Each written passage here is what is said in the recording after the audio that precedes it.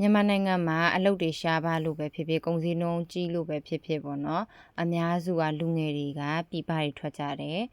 ဒီတော့ကြောင့်မလို့ပြည်ပထွက်ပြီးတော့မှအလုပ်လုပ်မဲ့သူတွေစင်ကာပူတို့တခြားနိုင်ငံတွေပဲဖြစ်ဖြစ်အဲ့လိုမျိုးပေါ့နော်ထွက်မဲ့သူတွေဆိုလို့ရှိရင်လုပ်ငန်းခွင်ဆိုင်ရာနဲ့ပတ်သက်ပြီးတော့အင်္ဂလိပ်စကားပြောကိုတေချာလေးလေ့လာသင့်တယ်ပေါ့နော်တချို့ဆိုလို့ရှိရင်စင်ကာပူမှာသင်ပေါ်သွားတာပဲဖြစ်ဖြစ်ပေါ့နော်သင်ပေါ်မှာအလုပ်လုပ်တာပဲဖြစ်ဖြစ်ဆောက်လုပ်ရေးမှာအလုပ်လုပ်တာပဲဖြစ်စသဖြင့်ပေါ့နော်ကိုကဒီစင်ကာပူမှာအလုပ်လုပ်ပြီးเนาะအဲ့ဒီအတွက်ကြောင့်မလို့လုပ်ငန်းခွင်ဆိုင်ရာအင်္ဂလိပ်စကားပြောနဲ့ပတ်သက်ပြီးတော့မဖြစ်မနေပေါ့နော်လက်ဆွဲစာအုပ်အဖြစ်ကတော့ဒီလုပ်ငန်းခွင်ဆိုင်ရာအင်္ဂလိပ်စကားပြောဆရာစိုးတီဟာပေါ့နော်အဲ့ဒီစကားပြောစာအုပ်လေးကိုကိုကဆောင်ပြီးတော့ဖတ်ထားတင်တယ်ပေါ့နော်အဲ့တော့ကြောင့်မလို့မိန်းကလေးပဲဖြစ်ဖြစ်မိန်းကလေးအိမ်အကူပဲဖြစ်ဖြစ်နတ်စမပဲဖြစ်စားသဖြင့်ပေါ့နော်ဘလို့အလုပ်မျိုးပဲတော်လို့စင်ကာပူဆိုလို့ရှိရင်အများစုကကြတော့ဒီအင်္ဂလိပ်စာအုပ်ပြီးတရုတ်အများပြောတာပို့ပြီးများတယ်ပေါ့နော်တရုတ်ကဒုတိယအင်္ဂလိပ်ကပထမပေါ့နော်အဲ့တော့ကြောင့်မလို့နော်အင်္ဂလိပ်စကားပြောနဲ့ပတ်သက်ပြီးဆိုလို့ရှိရင်လုပ်ငန်းခွင်ဝင်တော့မဲ့ဘသူမဆိုမိန်းကလေးယောက်ျားလေးပေါ့နော်ဘသူမဆိုဒီအင်္ဂလိပ်စကားပြောနဲ့ပတ်သက်ပြီးတော့မှကိုကလေ့လာထားပြီးတော့ဖတ်ထားတင်တယ်တခြားလေးဖတ်ထားပေါ့နော်နောက်ပြီးတော့ဒီထဲမှာဆိုလို့ရှိရင်ဒီဆရာစိုးသိဟာအမှားစကားဆိုလို့ရှိရင်လုပ်ငန်းခွင်နဲ့ပတ်သက်တဲ့သူဝင်ပေါ့နော်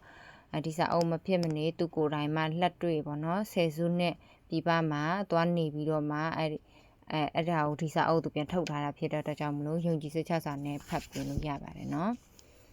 ဒါဆိုလို့ရှိရင်အခန်း1မှာလုပ်ငန်းခွင်စကားပြောနောက်ပြီးတော့အသုံးဝင်စကားပြော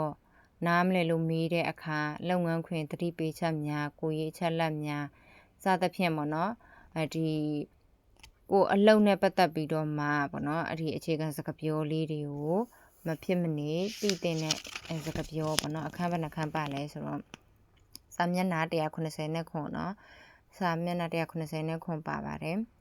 နောက်ပြီးတော့လုပ်ငန်းခွင်အခေါ်အဝေါ်များနောက်ပြီးတော့ဒီမှာ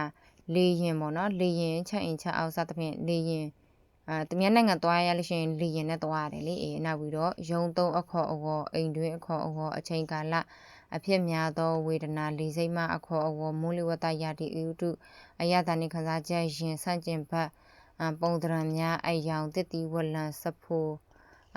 ဆောင်ပစ္စည်းဒါကြောင့်မလို့ကိုကပေါ့နော်ပြည်ပသွားပြီဆိုလို့ရှိရင်စဖိုနဲ့ပဲသွားနော်ဘာနဲ့ပဲသွားပေါ့နော်မိုးလေဝသဆိုတာဒါတင်မောသမားတွေကြတော့မိုးလေဝသပို့ပြီးတော့တောင်းရတယ်လေတင်မောနဲ့ပတ်သက်တဲ့အလုပ်သွားလုပ်တဲ့လူတွေပေါ့နော်ဟိုစားနောက်ပြီးတော့ယုံနဲ့ပတ်သက်တဲ့စကားပြောစသဖြင့်ပေါ့နော်အသားငါးများအတီးရွက်အစသဖြင့်ပေါ့နော်စားတောက်ဆိုင်အခေါ်အဝေါ်စားတောက်ဆိုင်မှာဆိုလို့ရှိရင်လည်းအခေါ်အဝေါ်ပေါ့နော်အဲ့လိုမျိုးတွေစသဖြင့်ပေါ့နော်ဒီအခြေခံစကားပြောလေးတွေကိုတေချာလေးသူကစီစစ်ပြီးတော့လှုပ်ထားတာဖြစ်တယ်ဒီဆရာရဲ့အတွေ့အကြုံမှာသူကတေချာလေးမျှဝေထားတာဖြစ်တဲ့အတွက်ကြောင့်မလို့ဒီဥစ္စာလေးကအရင်ပဲတင့်တော်တယ်နော်ဒီမှာကြည့်တူတုတ်နဲ့လူရင်းတူရှင်းပေါ့နော်အခုမှအင်္ဂလိပ်စကားပြောလေ့လာတဲ့သူဆိုလို့ရှိရင်အတန်ထွက်လည်းပါတယ်နော်လူချင်တဲ့သူဆိုလို့ရှိရင်တော့ဒီဆရာစိုးတီအားရဲ့အင်္ဂလိပ်စကားပြောစာအုပ်ကိုချင်းဝါလေးဘယ်ဘက်တောက်ပေါ့နော်ချင်းဝါလေးမှာဝင်ပြီးတော့ဝယ်သွားပါရှင်နော်မူလေးဝယ်တုန်းက88ဘက်ပုတ်ခအပ်ပြီးနော်တအုပ်ကို